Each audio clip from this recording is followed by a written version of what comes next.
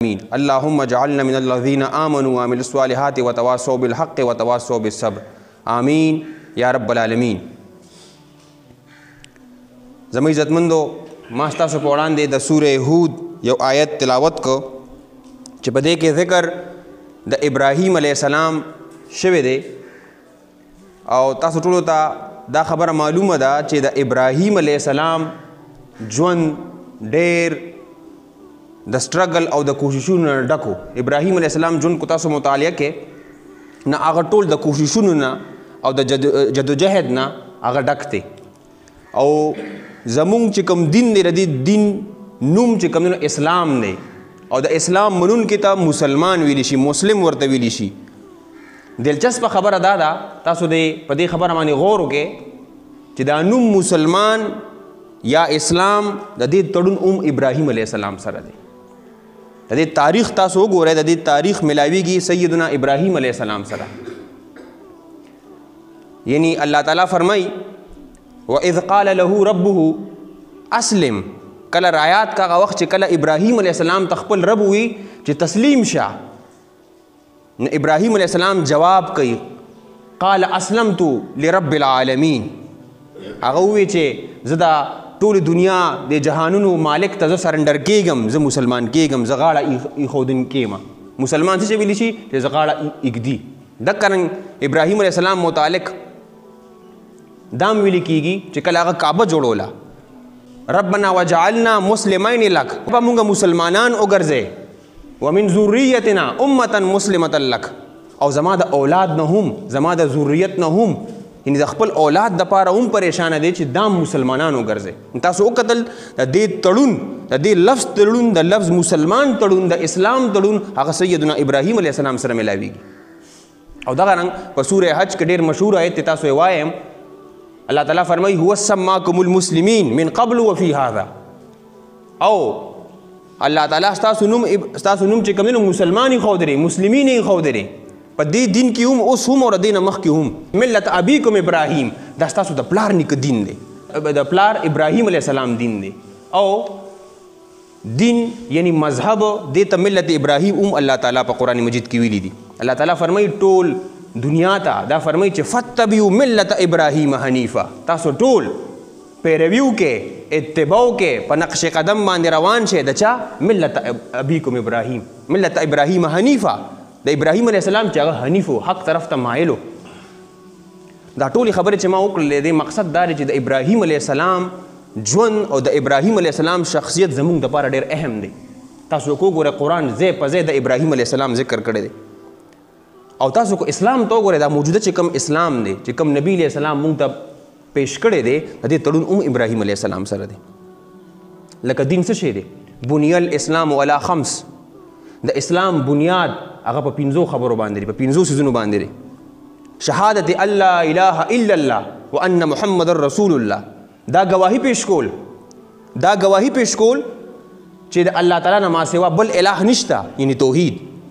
او محمد صلی الله علیه وسلم د الله تعالی نبی دی، رسول دی.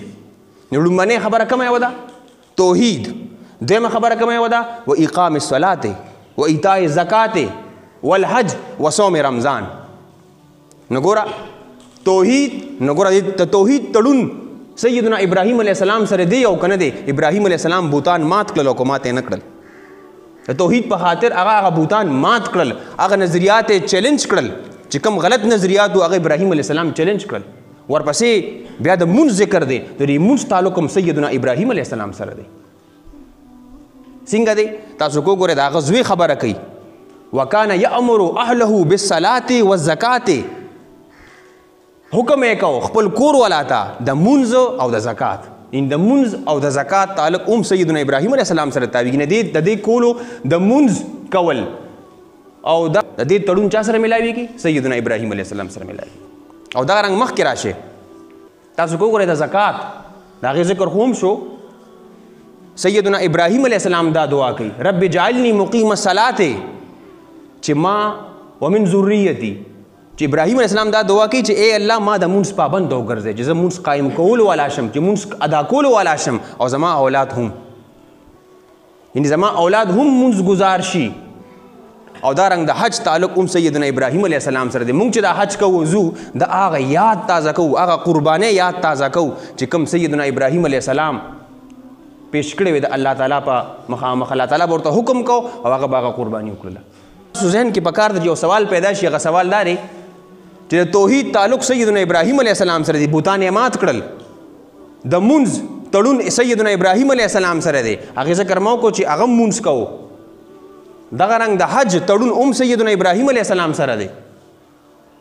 دا حج تړون ابراهیم علیه السلام سره. سوال پیدا کیږي چې د روژه کې چې کله دا موږ روژې نیسو د دې تړون ابراهیم علیه السلام سره دی او د دې تړون سیدنا ابراهیم علیه السلام سره دی. ابراهیم علیه السلام یو دعا کړې وه، ربنا وبعث فیهم رسولا منهم، اے الله په دې قام کې په دې کې یو پیغمبر راولېږه چې هغه دوی ته د ستا آیاتونه وایي، ستا آیاتونه ورته لولي. دا دعا ابراهیم علیه السلام کړې وه. دا دعا کله قبوله شوې وه؟ دا دعا په رمضان کې قبوله شوې وه، ځکه شهر رمضان الذي انزل فيه القرآن، دا قرآن په کومه میاشت کې نازل شوی؟ دا په رمضان کې نازل شوی. نو په دغه مناسبت سره چې کومې روژې مونږ نیسو د دې تړون سیدنا ابراهیم علیه السلام سره. دا ټولې خبرې چې ما وکړلې د ابراهیم السلام دا دعا وکړه، دا دعا کله قبوله شوه؟ دا په رمضان کې قبوله شوه، په روژو کې قبوله شوه. دا چې کومې روژې مونږ نیسو دا ملت ابراهیم دی. اوس د ابراهیم علیه السلام شخصیت دومره اهم دی چې نبی علیه السلام ته الله پاک خطاب کړی دی، خاص خطاب دی. یو دی عام خطاب ټولو ته وي، فتبعوا ملت ابراهیم حنیفه، په ملت ابراهیم پسې روان شي. او بل ځای کې وي اتبع ملت ابراهیم حنیفه. دا نبی علیه السلام ته وایي چې اتبع ملت ابراهیم حنیفه، د ابراهیم علیه السلام دین رونیسه، هغې پسې روان شه. نو د دې دا ټولې خبرې چې ما وکړې دي دې نه دا معلومیږي چې زمونږ د دین پهچان هغه د ابراهیم علیه السلام نه بغیر نیمګړی دی، د ملت ابراهیم نه بغیر نیمګړی دی. یعنی د ابراهیم علیه السلام دا قربانۍ د اصل کې پهچان دی د اسلام، او چې څوک هغه دا کارونه کوي هغې ته مسلمان ویلی شي. نو اوس موږ نه دا مطالبه کیږي چې موږ به څه کوو؟ موږ به د ابراهیم علیه السلام په نقش قدم باندې ځو. تاسو کو غور وکړئ، اسلام موږ نه دا شخصیت غواړي چې کوم د ابراهیم علیه السلام شخصیت دی. اوس یو طرف ته ابراهیم علیه السلام متعلق دا ویلي کیږي چې انی جاعلک للناس اماما. د ابراهیم علیه السلام زه چې کوم دی د ټولې دنیا دپاره امام ګرځومه. بل طرف ته نبی علیه السلام متعلق دا ویلي چې رحمت للعالمین، هغه رحمت دی د ټولو عالمو دپاره. نو دې ځای کې یعنی ابراهیم علیه السلام شخصیت او د نبی علیه السلام شخصیت کې دا تاسو موازنه وکړئ نو ډېرې خبرې به تاسو ته رامیلاویږي چې مقرن خبرې چې کومه خبره ابراهیم علیه السلام کوي هغه خبره چې کوم دی نو نبی علیه السلام هم کړې ده، او د هغې مطالبه زمونږ او ستاسو نه هم کېږي. ځکه الله تعالی فرمایي تاسو بهترین امت یې چې د خلکو دپاره اوتي یې، چې چېرته ابراهیم علیه السلام امام الناس یې ورته ویلي چې د خلکو دی امام دی، نو مو ته نه دا مطالبه کېږي چې تاسو بهترین امت یې اخرجت للناس. دې ځای کې تاسو کو غور کوئ، مفسرین دې ځای کې بحث کوي چې دی نه دی ویلي چې اخرجت من الناس، تاسو بهترین ټولګي یې چې راښتلي شوي یې، اغشتلي شوي یې. من الناس نه دی ویلي، خپلو کې خو تاسو یو بل لپاره بهتر یې. اخرجت للناس د خلکو د فایدې دپاره چې د خلکو تر خیر ښېګړې خبره کوئ. للناس یې ځکه ویلي دي، یعنی ناس داسې یو لفظ دی چې دې کې مؤمنان هم راځي. مؤمنان سره به خو ته آلرډي مؤمنان خو خپلو کې رونه وي، خو للناس د ټولې دنیا دپاره به مسلمان نفع بخش وي، دی به د هغوی دپاره خیر غواړي، د هغوی بدي به بلکل دی نه غواړي. اوس او د ابراهیم علیه السلام تاسو دې نه هم اندازه ولګوئ چې هغه د امت یا د خاص طور باندې د خلکو د فایدې دپاره چې کوم کوشش وکړو چې کله یې کعبه جوړه کړله او بیا یو دعا کوي چې ای الله د دې خلکو زړونه مایل کې کم طرف ته؟ دې دین طرف ته، دې کعبې طرف ته. دا د ابراهیم علیه السلام شخصیتو. نو ابراهیم علیه السلام چې کوم آیت معلوم دی دې ته راځمه، ولقد جاءت رسلنا ابراهیم بالبشر قالوا سلاما. په انساني شکل کې مفسرین دا لیکي چې یو درې ملائک دا ابراهیم علیه السلام ته راغلې د پاره د زیري ورکوونکي، هغوی ورته ویل قالوا سلاما، هغوی ورته سلام وکړو. ابراهیم علیه السلام ورته جواب ورکړو چې قال سلام. ابراهیم علیه السلام چې کله د دوی کور ته رالل ورې ورته وډبو، ابراهیم علیه السلام چې وکتل دا خو درې کسان راغلي دي نو کېنول، او ابراهیم علیه السلام زر لاړو او هغوی د روټۍ بندوبست وکړو. دا سقی چې ورته وي دی ورته هغه کړ روسټ یې کړ، راویړه ورته یې کېښودو.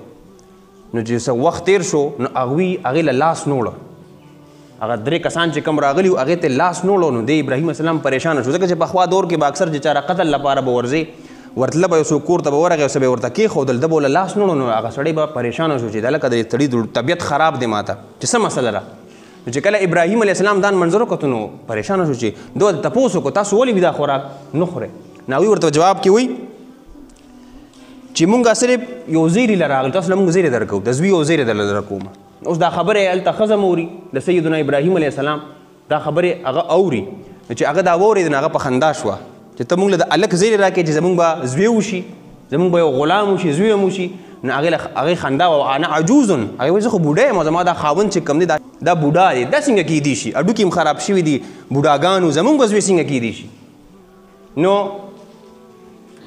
ښځې چې کوم دی هغې هم وخاندل او داسې ټول خبرې وشوې نو ابراهیم علیه السلام ډېر زیات جینیس و هغه چې غور وکړو چې دا خلک دا 3 کسان راغلي دي نو چې کله خو فرض که ماته الله تعالی زیري راکو نو یو فرښته به راغلې وه دا 3 څنګه راغلي سوال پیدا کېږي نو هغه ته سوال وکړو دا ملایکو نه سوال یې دا وکړو چې قال فما خطبکم ایها المرسلون تاسو نور په بل څه مشن راغلي یې نور هم څه کار دی لکه مطلب دا دی چې څه له راغلي یې نور کسان خو ګڼ دي خو دا خبره هم راغلو یو کس په راغلی و نو هغوی ورته په جواب کې وویې چې مونږه راغلي وو تاله زیري له هم راغلي وو الله تعالی راته حکم کړی دی او بله خبر دا ده چې قوم لوط تباه کولو دپاره راغلي وو نو تاسو غور وکړئ ګوره داسې هم کیدی شوه چې د قوم لوط هغوی د عذاب دپاره بیا ملایک راغلی وي او دله زیرې ورکولو لپاره بل ملایک راغلی وي خو داسې ونه شوه دا ټوله گفتگو په قرآن کې ریکارډ کیږي چې ما ورته لولو سوال دا دی چې ولې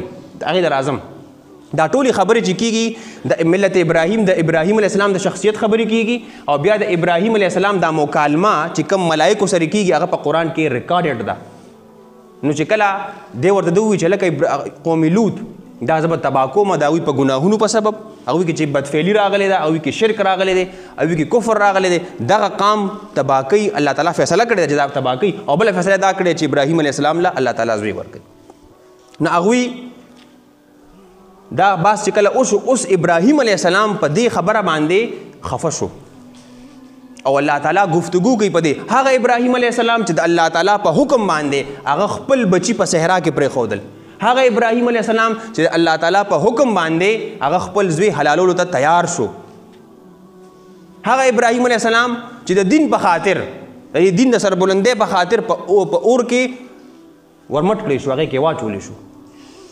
هغه ابراهیم علیه السلام دلته الله تعالی سره بحث کوي چې دا قوم چې کوم دی په دې تباه کولو باندې لږ د ناراضګۍ اظهار کوي او الله تعالی وایي یجادلنا فی قوم لوط ابراهیم علیه السلام موږ سره مجادله کوي موږ سره خبرې کوي د قوم لوط په باره کې تاسو غور وکړئ هغه قوم باندې آیا ابراهیم علیه السلام په هغه قام چې کوم د لوط علیه السلام قوم د هغوی په جرم باندې ولې راضي وو هرګز راضي نه د هغوی په ګناهونو باندې خوشحاله وو هرګز راضي نه هغه مسلمانانو بالکل مسلمانان نو خو بیا هم ابراهیم علیه السلام خفه کیږي زړی چې کوم دی نو خفه کیږي چې لکه دا قوم کاش چې دوی هدایت وموني او الله تعالی دا گفتگو ریکارډ کوي په قرآن مجید کې یجادلنا فی قوم لوط دی موږ سره مجادله کوي دی موږ سره بحث کوي هغه ابراهیم علیه السلام چې چوه چرا نه کوي خبر الله پاک ورته اډر وکړي دی وی صحیح ده د الله پاک دا انداز دومره خوښ شو چې دا ابراهیم علیه السلام څومره نرم طبیعت دی څومره خوش اخلاقه دی او دا زړی څومره چې کوم دی نو نرم دی د خلکو لپاره دردیږي تاسو کو غور وکړئ زموږ په معاشره کې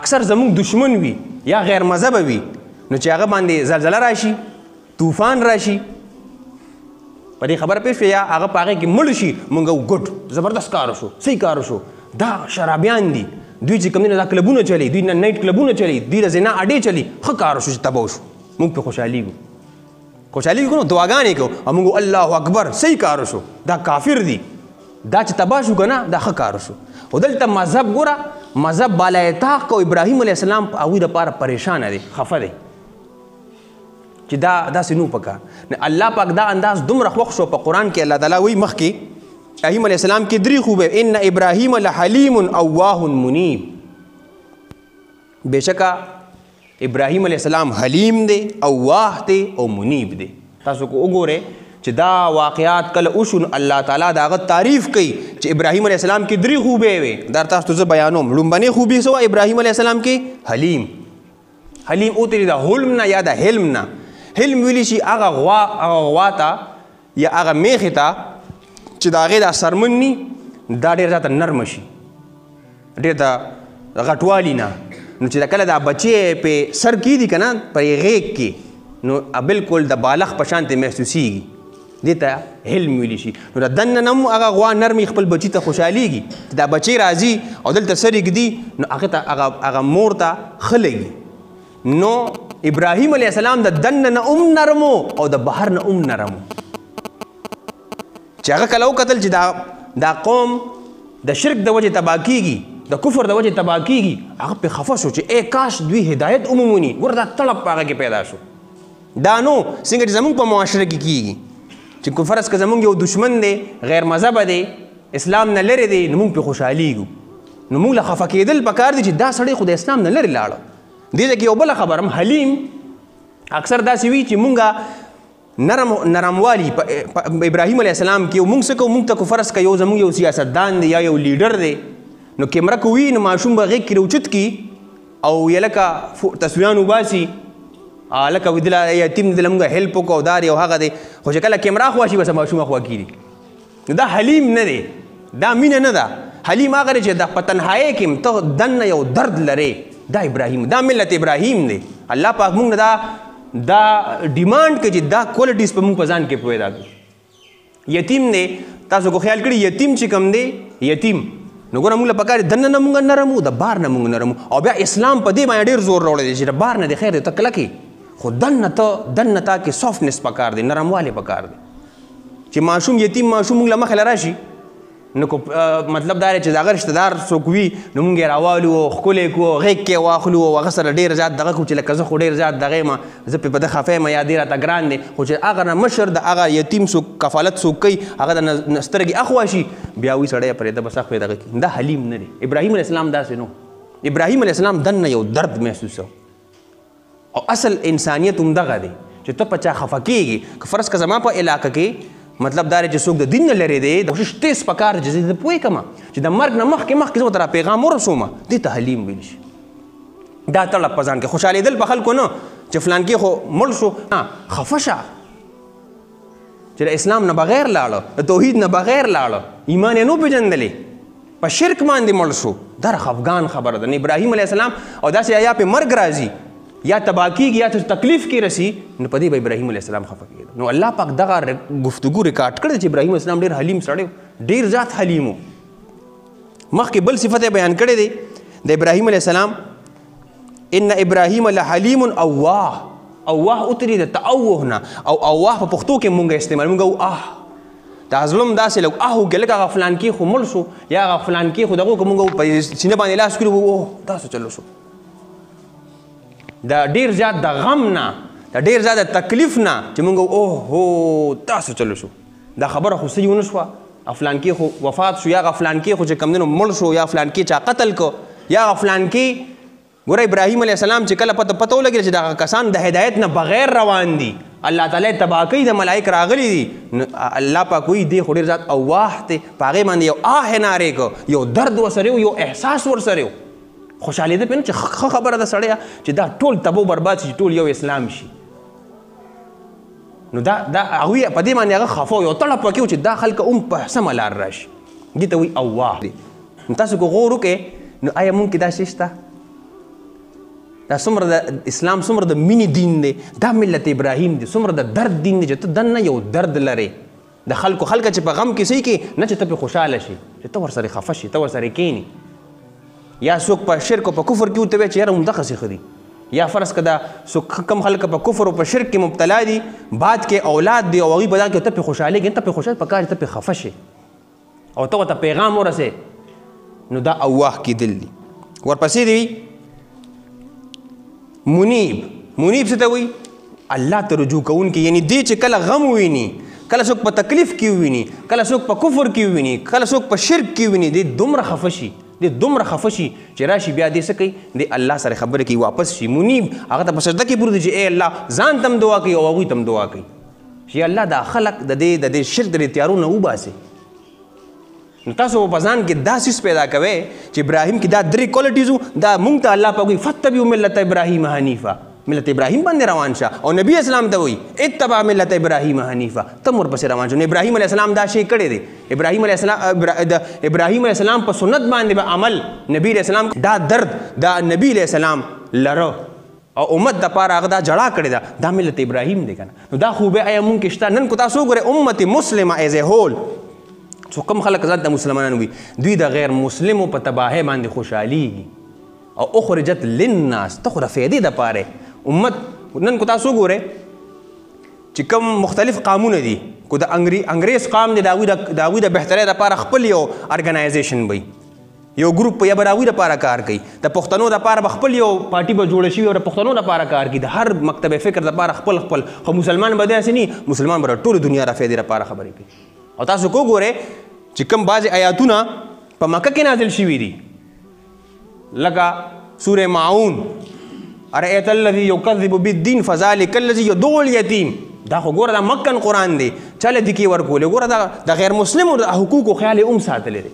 زمونږ داسې دین دی چې نه خپلو کې به چې کله مؤمنان وي وي آلرډي هغوی خو ډېر زیات خواږه وي هغه به یې هغه به ته کې خامخا به یې هغه بیا ته مؤمن نه خو د نورو خلکو د فایدې لپاره به ته هم سوچ کې خیر الناس من ينفع الناس فایده به ورکې کو په هر شکل کې وي अब ته فایده ورکې او چې ورو ورو هغه دین طرف ته مایل شي او هغه اسلام طرف ته راشي. نو په دې خبرو باندې به عمل کوو. موږ له پکار چې دا خوبې د ابراهیم علیه السلام شخصیت دا چې کومې خبرې مو وکړې دا دې لپاره مو وکړې چې زموږ قرآن کو تاسو وګورئ قرآن مجید تاسو وګورئ دې کې د ابراهیم علیه السلام ذکر ځای په ځای شته. دا ذکر هسې نه دی راغلی دا ذکر هسې بېسه نه دی راغلی د هغې کې زموږ دپاره پند دی هغې کې زموږ دپاره نصیحت دی. نو موږ له پکار دی چې د انسانیت یو درد ولرو. نو الله تعالی نه دعا ده چې په دې خبرو باندې موږ عمل وکړو او دا خبرې موږ نور ته هم ورسو.